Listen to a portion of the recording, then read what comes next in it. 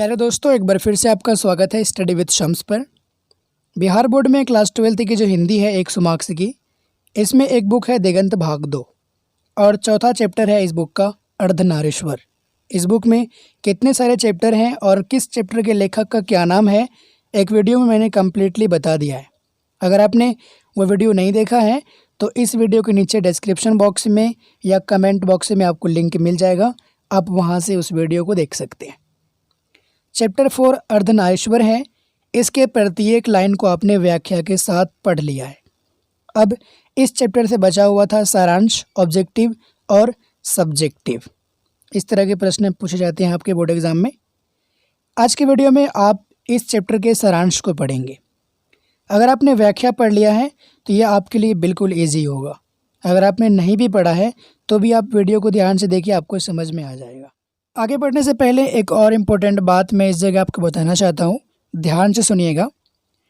आप कोई भी चैप्टर जब पढ़ते हैं तो उसके प्रत्येक लाइन को व्याख्या के साथ पढ़ लिया कीजिए, क्योंकि मार्केट में बहुत सारे ऐसे गाइड अवेलेबल हैं जिसमें कई सारी त्रुटियाँ हैं, गलतियाँ हैं।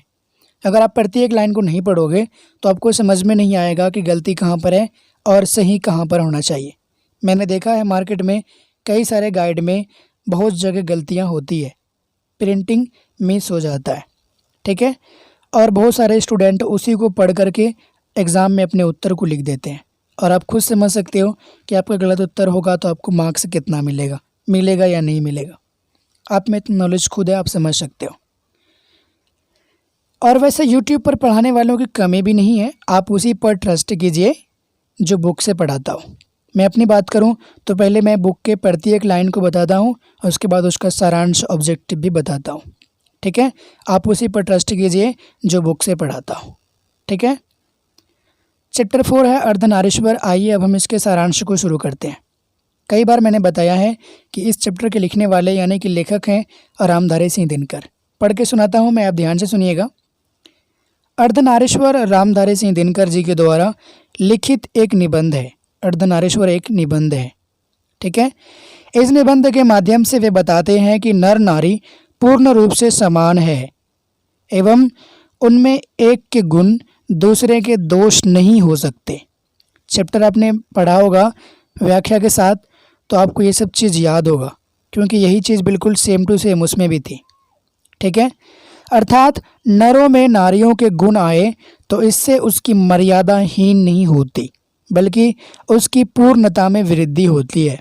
दिनकर जी कहते हैं कि आज ये रूप कहीं देखने को नहीं मिलता है। उनका मानना है कि संसार में सर्वत्र यानी कि हर जगह पुरुष हैं और स्त्री।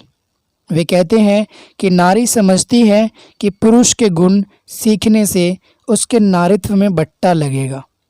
इसी प्रकार पुरुष समझता है कि स्त्रियोचित गुण अपनाकर वह स्त्रैण हो जाएगा। इस विभाजन से दिनकर जी दुखी हैं। यही नहीं, भारतीय समाज को जानने वाले 3 बड़े चिंतकों रविंद्रनाथ, प्रेमचंद्र, प्रसाद के चिंतन से भी वे दुखी हैं। दिनकर मानते हैं कि यदि ईश्वर ने आपस में धूप और चांदनी का बंटवारा नहीं किया तो हम कौन होते हैं बांटने वाले। ओके, आगे वे कहते हैं, वे नारी की पराधीनता का संक्षिप्त इतिहास बताने के संदर्भ में कहते हैं कि पुरुष वर्चस्ववादी तरीके अपनाकर नारी को गुलाम बना लिया है। जब कृषि का आविष्कार हुआ तो नारी घर में और नर खेत पर रहने लगा। यहाँ से जिंदगी 2 टुकड़ों में बट गई। नारी पराधीन होकर अपने मूल्य भूल गई, अपने अस्तित्व की अधिकारिणी भी नहीं रही।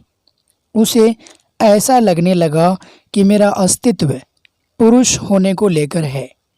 समाज ने भी नारी को भोग्य समझकर उसका उपभोग खूब किया। दिनकर जी मानते हैं कि नर और नारी एक ही द्रव्य की ढली 2 प्रतिमाएं हैं, जिसे पुरुष अपना कर्म क्षेत्र मानता है। वह नारी जिसे पुरुष अपना कर्म क्षेत्र मानता है वह नारी का भी कर्म क्षेत्र है।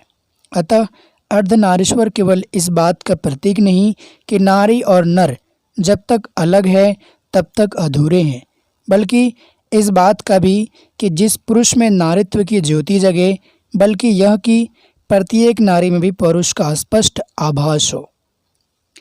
यह था चैप्टर का सारांश।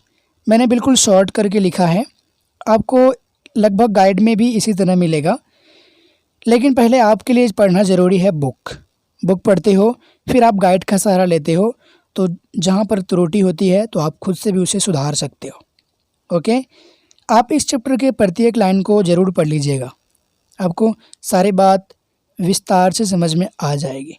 उम्मीद है कि आपको समझ में आया होगा। जिस तरह मैंने लिखा है आप सेम टू सेम अपने एग्ज़ाम में भी लिख सकते हो। ओके, अगली वीडियो में मिलते हैं। Bye bye, take care.